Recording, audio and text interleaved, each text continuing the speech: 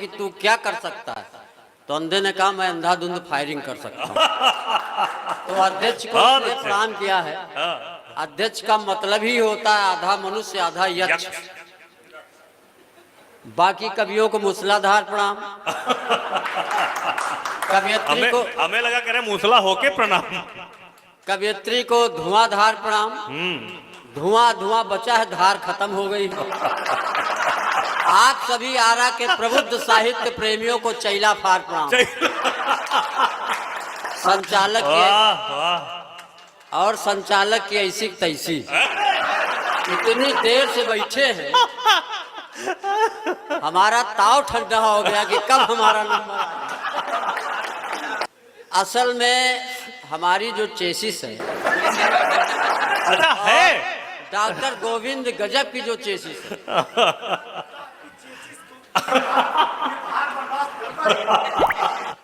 स्वागत।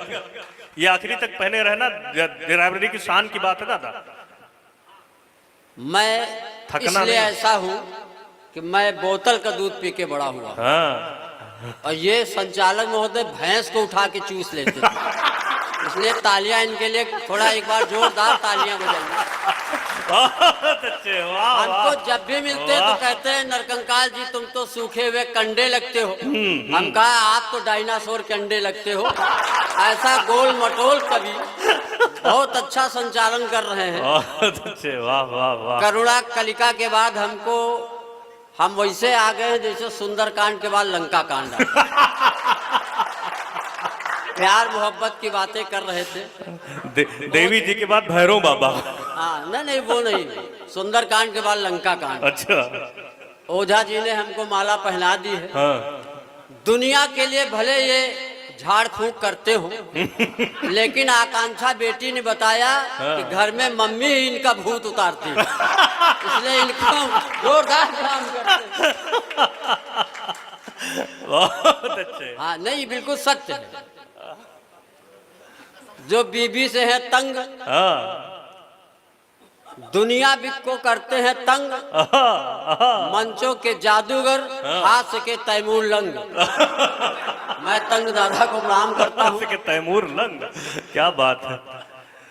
और कई ओझाओं का काय पाठ हो चुका है। अब वास्तव में नरकंकाल जो साहित्य का बैताल है आपके बीच में है। जितनी देर आप लोग झोंकेंगे हम उतनी देर ठोकेंगे।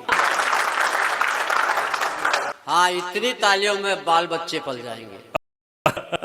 एक जगह कार्यक्रम हो रहा था, हमने कहा आपकी तालियां बहुत कमजोर जी। तो एक श्रोता खड़ा हुआ, उसने कहा तू ही कौन खली का बाप, जैसा तू वैसी तालियां। तो इतनी कमजोर भी तालियां। चलिए प्यार मोहब्बत की बातें करुणा जी ने की हैं। अब हमको देख के क्या लगता होगा कि ये भी प्यार मोहब्बत कर सकता है? ना, कतई नहीं। हमारी चेसिस देख के नहीं लगता होगा कि प्यार मोहब्बत करता होगा, लेकिन ये बिल्कुल आपका भ्रम है। हमने भी एक प्रेमिका पाल रखी है। प्रेमिका ने एक दिन हमसे कहा कि मैं तुम्हारे लिए मर जाऊंगी। अच्छा। हम कहा तुम मर जाओगी तो हम भी बुर्ज खलीफा कूद के मर जाएंगे। तो बोली तुम क्यों मरोगे? हम कहा तुम्हारे चक्कर में इतनी उधारी हो गई है कि जिंदा रहने से मर जाने ठीक है। लेकिन ऐसा नहीं है, प्रेमिकाएं होती हैं। पक्का? हाँ। अच्छा। कि मेरी प्रेमिका, अब इससे ज्यादा नहीं चिल्लाएंगे। हाँ सांस खींच दिया न लौटे। मेरी प्रेमिका, अगला कार्यक्रम नरकंकाल की स्मृति में। हमारा स्टैंडर्ड देखिए कि मेरी प्रेमिका गोबर फेंकने के बहाने आती थी, घंटों हमसे बतियाती थी, हंसती थी, मुस्कुराती थी, जीने मरने की कसमें खाती थी। मोहब्बत के दुश्मन चंडालों ने भैंसी बेच दिया उसके घर वालों। बहुत अच्छे। प्यार मोहब्बत करे तो कैसे? वाह वाह वाह वाह वाह। अब प्यार मोहब्बत करने के लिए घर में वही हमारी सगी पत्नी बची है। अच्छा। हाँ अच्छा, हम प्यार मोहब्बत करते क्या? जो हमारी शादी हो रही थी, पत्नी को देखने गए तो पत्नी के घर वालों ने पत्नी से कहा कि तुम भी लड़के को देखो। तो उसने हमको देखा तो बोली हमको क्यों दिखाते हो, किसी अच्छे डॉक्टर को दिखाओ।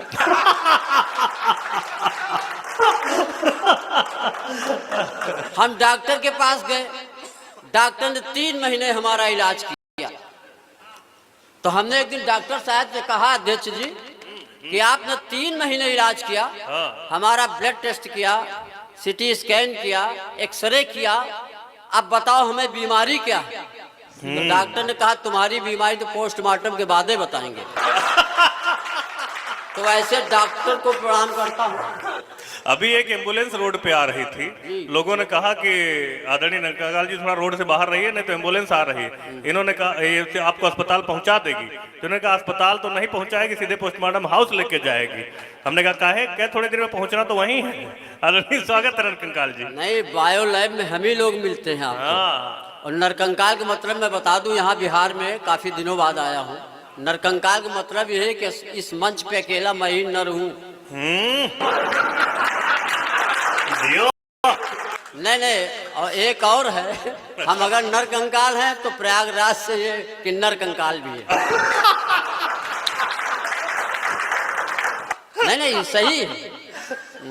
तो अभी वो पढ़े नहीं, बाद में पढ़ेंगे, सोच लो। कोई बात नहीं, हम दोनों लोग साहित्यिक साधु हैं, किसी बात का बुरा नहीं।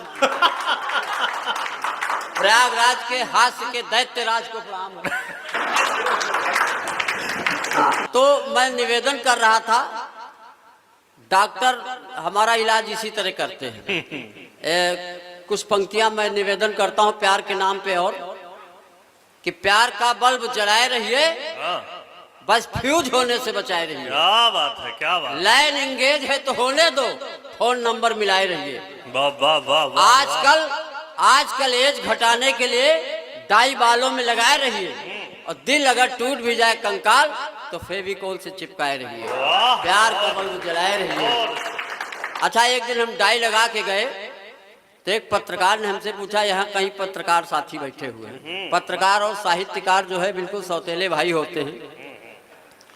तो कहा, वो एक पत्रकार ने हमसे कहा, नरकंकाल तुम डाई लगा के क्यों आए हो?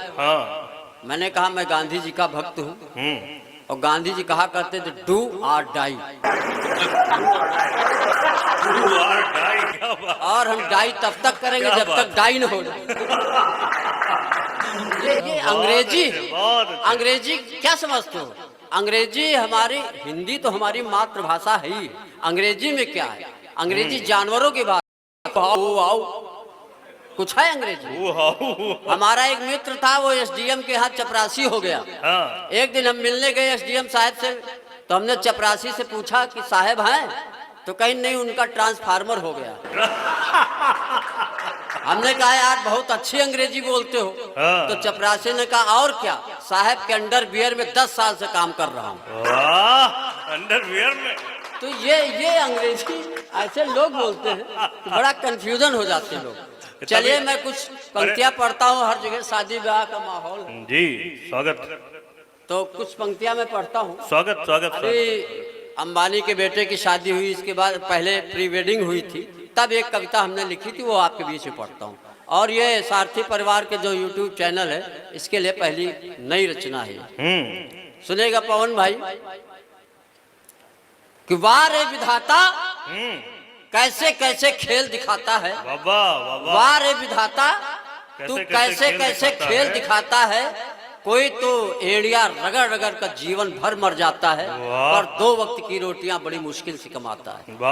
और कोई केवल कमर हिलाता है और करोड़ों रुपए कमाता है। बहुत अच्छे। इतना बड़ा पेमेंट तो इंद्र ने जयंत के विवाह में किसी अप्सरा को नहीं दिया होगा जितना अंबानी से रिहाना ने लिया होगा। बहुत अच्छे, वाह वाह वाह वाह वाह, बहुत अच्छे। इतना बड़ा पेमेंट तो इंद्र ने जयंत के विवाह में किसी अप्सरा को नहीं दिया होगा जितना रिहाना ने 70 करोड़ लिया था शायद। 75 रिहाना ने अंबानी से लिया होगा। और कबीर कहते हैं झुलनी का रंग सांचा, जोई पहिना सोई नाचा। सूरदास कहते अब मैं नाचो बहुत गोपाल, तुलसी बाबा लिखते हैं, नाचत ही निस दिवस मरो। बिल्कुल। गब्बर भी कहता नाच बसंती नाच, वाह। और नीचे बिछा दिए कांच। क्या बात। रिहाना ने कभी कहा था, भारत तू गरीब लेकिन तू कितनी है बदनसीब। उसी देश ने नाच मेरी बुलबुल तो पैसा मिलेगा, कहा कदरदान तुझे। वाह वाह वाह वाह, कमाल है दो, वाह क्या बात, क्या टिप्पणी। 4 पंक्तियां और पढ़ता हूँ। बहुत अच्छे, वाह। मैं निवेदन करता हूँ कि जितना पैसा शादी में खर्च कर रहे हैं, हाँ। जितना धन एक नचनिया के ऊपर लुटा सकते हो, इतने में तो हजारों गरीब कन्याओं का विवाह करा सकते हो। और इतने गरीब कि रिचार्ज बढ़ाकर शादी का खर्चा चलाएंगे। क्या बात है। इतने गरीब कि रिचार्ज बढ़ाकर शादी का खर्चा चलाएंगे। जियो का नाम बदल कर अब हम लोग मरो दिखाएंगे। जियो का नाम बदल कर हम लोग मरो धराएंगे। और भी रिचार्ज की कीमत बढ़ सकती है सिम धारकों।